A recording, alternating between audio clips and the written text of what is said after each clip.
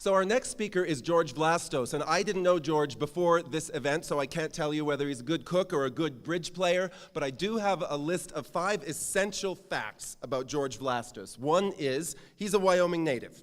2, he's a part-time villager on the island of Crete, Greece, which means I'm already well on my way to hating him through jealousy.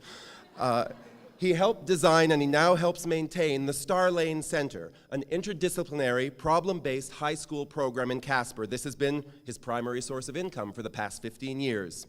He's getting better at, he's getting better at skijoring. I don't even know what that is. Is that how you pronounce it? Skijoring. He's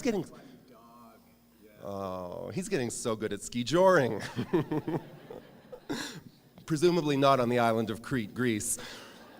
He and his wife started raising their family in a top-floor apartment of the Connor Hotel, the Essential Connor, on the corner of 3rd and Grand, right here in Laramie. George's talk today is titled, Lightheartedliness-ish. Yeah, we can just jump right into this. So many of you may recall that Jesus invited 3 of his disciples to join him on a mountaintop to pray. As that started to happen, Jesus showed that he was Christ, full divinity, laid out there, and it began. The uncreated light existed. Well, as it happened, it isn't so much about what Jesus was doing at the time, but the disciples. They understood that they too could have that uncreated light come from within them. They too could be a God. Now, it took a little while, approximately 1,000 years, but the monks of the Christian Orthodox decided, let's focus on that. What prayer was happening? How can we make that come into play? And they called themselves the hesychasts because they focused on the silence and the stillness that happened at that moment with Jesus. Where do you find these hesychasts?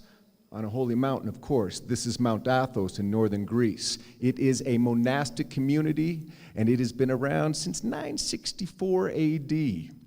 My brother and I heard about the hesychasts, and we heard about the mountain, and we said, let's make a journey.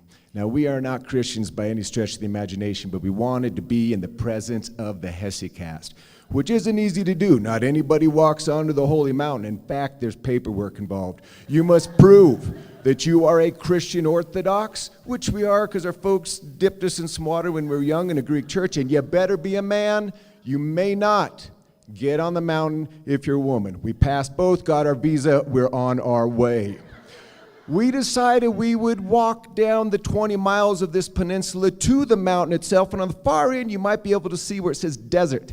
That's where the hesychasts live. That's where they pray. That's where they live as hermits in little caves and little shanties on cliff sides that rise directly out of the sea for 6,000 feet to the peak. It is a monastic community, however.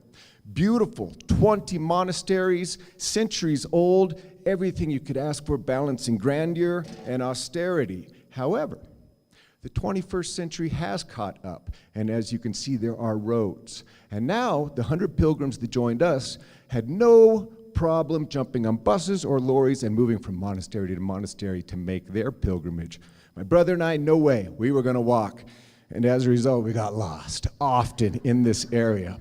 Greece is an old country, very little wilderness, but there is much here that is still fresh, pristine, and new growth. When we did land day 1, we ended up at the Philotheo Monastery. It is absolutely gorgeous, as the rest are, and we were greeted and shown around by 2 monks who said, do not go to the hesychast, do not go to the desert, stay here. And we said, well, why aren't you a hesychast? And they said, they got their own work to do on the holy mountain. And we said, what kind of work? And they said, they maintain the bones of potential saints. And we said, so what makes them potential? And they said, there's divinity in the bones. We said, is the uncreated light in the bones? They said, no. We said, well, what good are they? They said, these bones can help bring the uncreated light out of you. We moved on. Next stop, the Grand Lavra Monastery. 104-year-old Master Hesychast is there. He's had enough of the cliffs and the hermitage and said he wanted to live the rest of his life in company. And he held my brother's hand and he held mine and said, that's all you need for hesychasm. That's enough. Next morning, we went into the refectory, ate with the monks, ate as much as we could, and I made the mistake of overeating because we knew we wouldn't eat till we got across the desert. And I ate a bunch of garlic sauce called scorthalia. And what I didn't realize is they make the sauce from wild garlic, and the gas became phenomenal over the next 3 hours as we entered the desert and the flatulence, and I completely stopped moving. My brother was worried about my health. And he said, we got to do something, stop it. So he went to find a hesychast. Fortunately, a hesychast found him. My brother told him where I was. The hesychast comes, gives us a little tincture. I drink it. It helped. And he said to me, instead of all of this flatulence, farting coming out of you, you want the light. But if you want the light, the key is you must destroy the imagination. You must move the mind into the heart, not the heart into the mind. That's the mistake with imagination. All I could think of was, where in the world is my brother? He explained that my brother, he had pushed on to his master, this hermit's master, an old man that lived in one of the caves. And my brother climbs down a long rebar ladder and reaches him. And this man will not look at my brother. He is in his zone, in his prayer. And my brother realizes he is out of his zone. It doesn't belong here.